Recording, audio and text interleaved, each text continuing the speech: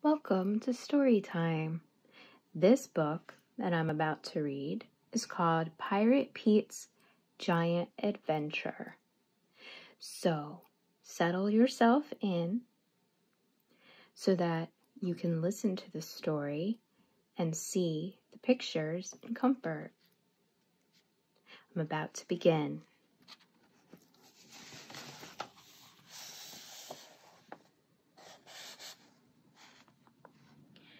"Hoist the sails!" shouted Pirate Pete. "Avast, wake up!" squawked his parrot. "You're dreaming again!" Pete opened his eye.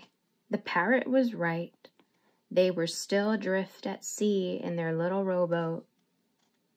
They were getting nowhere fast, and Pete knew it. "Oh, I wish I had a ship," moaned Pete. "Why, I'd do anything for a ship."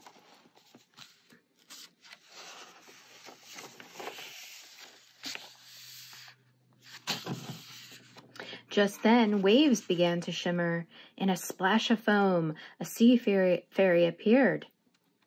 "I'll grant your wish for a ship," she offered, "if you go on a special quest." "What might that be, little matey?" asked Pete. "Go to Thunder Island," she said, "and find the sea fairy Sapphire." Pete had heard of the sea fairy Sapphire. It was a magical stone that had been stolen from the sea fairy kingdom. "Return the sapphire to the ocean," she instructed, "and you will be rewarded with a wondrous ship." "I'll do it," agreed Pete. "But how will I find the sea fairy Sapphire without a map?" "Just follow the sound of thunder," said the fairy. "But beware, for thunder does not always come from clouds." Then she disappeared.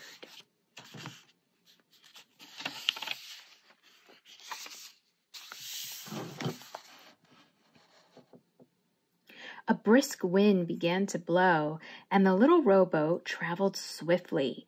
Soon, over the sound of the breeze came the rumbling of thunder. Pete laid a hand to his ear and then checked his spyglass. "Land ho!" cried Pete. "Thunder Island straight ahead!"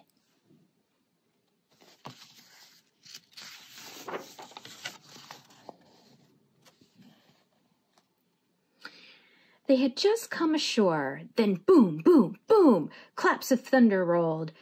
"'Tis coming from the other side of the island," said Parrot. So off they marched through the palm trees, with Pete banging coconuts and singing, "When I finds the sea fairy Sapphire, I'll get me a ship of wonder. All I got to do is follow the sound of thunder."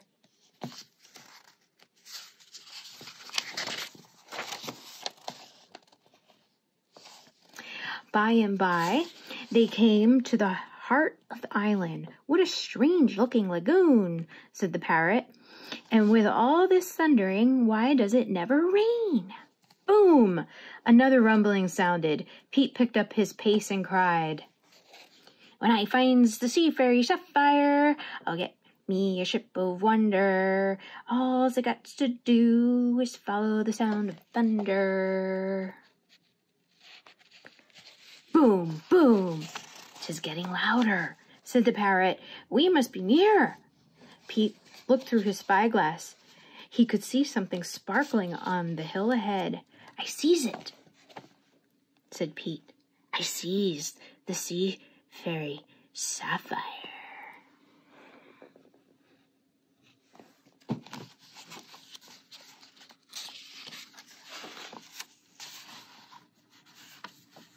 Soon they came upon a cave, and Pete stumbled in. He grabbed the glimmering blue jewel. "Why, 'twas easy," cried Pete. "Quick, throw it into the sea," said Parrot. "Then we'll get to our ship." "Not so fast," said Pete. Here is a magical wishing stone. Let's see what it can do."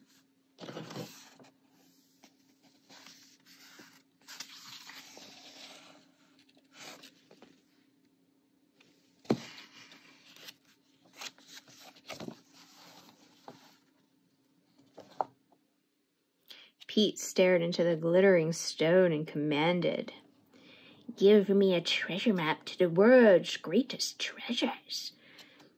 The stone glowed bright blue, and in a swirl of sea mist, a map appeared. Pete tucked it into his coat. "That's enough," said Parrot. "Throw the sapphire into the sea." "Another thing," Pete told the stone. "I want the world's mightiest sword."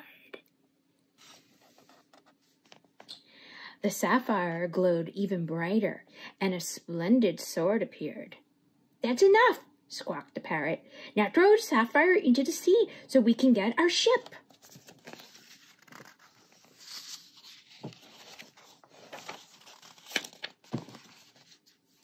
"All right," grumbled Pete, but as they left the cave, a terrific crash shook the ground. Boom, boom, boom. Pete and his parrot looked up, up, a giant. The parrot flapped. "The thunder has been coming from a giant's big feet stomping about." "Aye," gulped Pete, looking up at the big brute. "So he's the scurvy dog that's hornswaggled the sapphire from the sea fairies."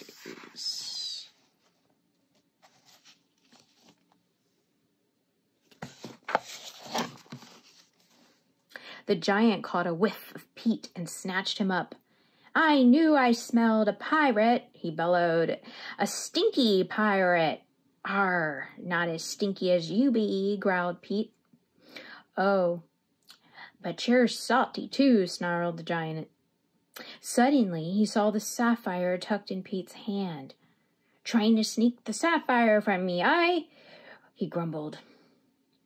The giant drew Pete even closer so that Pete could smell the stink of old seaweed on his breath. "Do ye know what I do to sneaky pirates?" "Nay," Pete said. "I yank off their hooks," roared the giant, shaking the ground with his mighty voice. With the giant's fingers wrapped tightly around him, Pete knew there was no chance for escape, but perhaps he could outsmart him.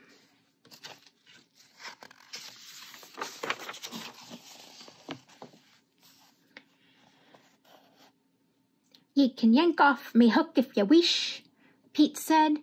"Ye can use it to scratch a big mackerel fish, but don't throw me in the sea."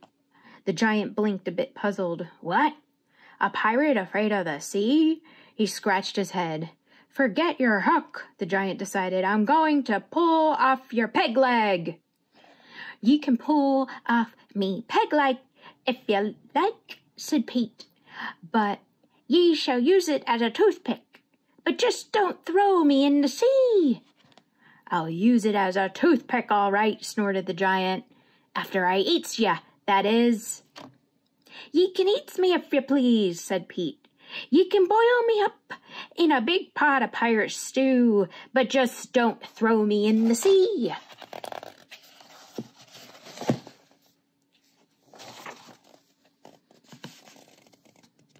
"Ye really are afraid of that sea, aren't ye?" said the giant, a glint of mischief in his eyes. "Well then, how about a little swim?"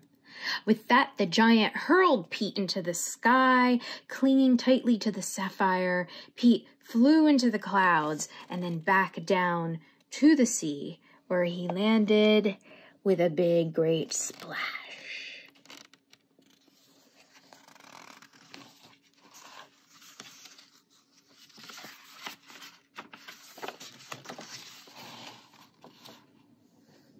"You tricked me!" shouted the giant as he plowed into the water and grabbed the ship's anchor.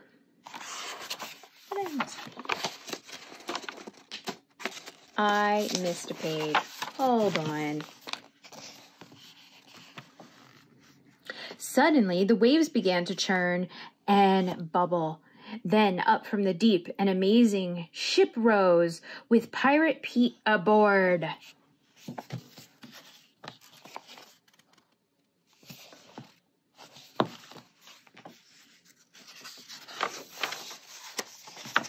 "You tricked me," shouted the giant as he plowed into the water and grabbed the ship's anchor. "We're doomed," squawked the parrot. "He's pulling us in." "The sapphire can't save you now," the giant laughed. "Nay," said Pete, "but me mighty sword can." Pete drew the shining sword, and with the slightest touch, its gleaming blade cut the chain, and the ship was set free.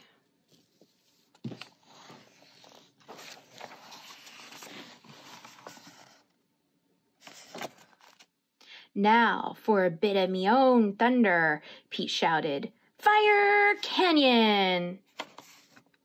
With a tremendous boom, a cannonball shot from the ship, sending the giant fleeing back to the shore.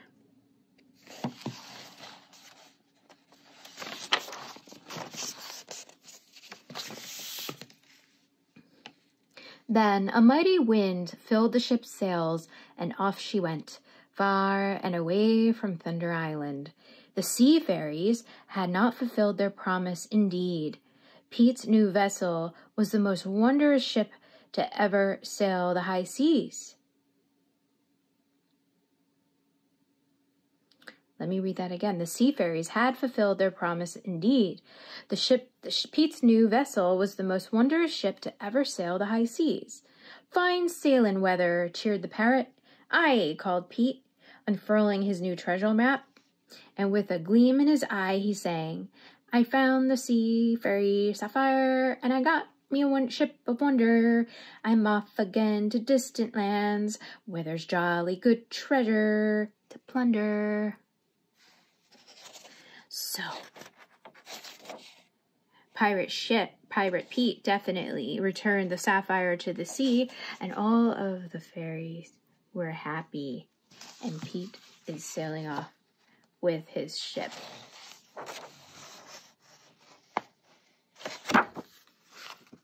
The end.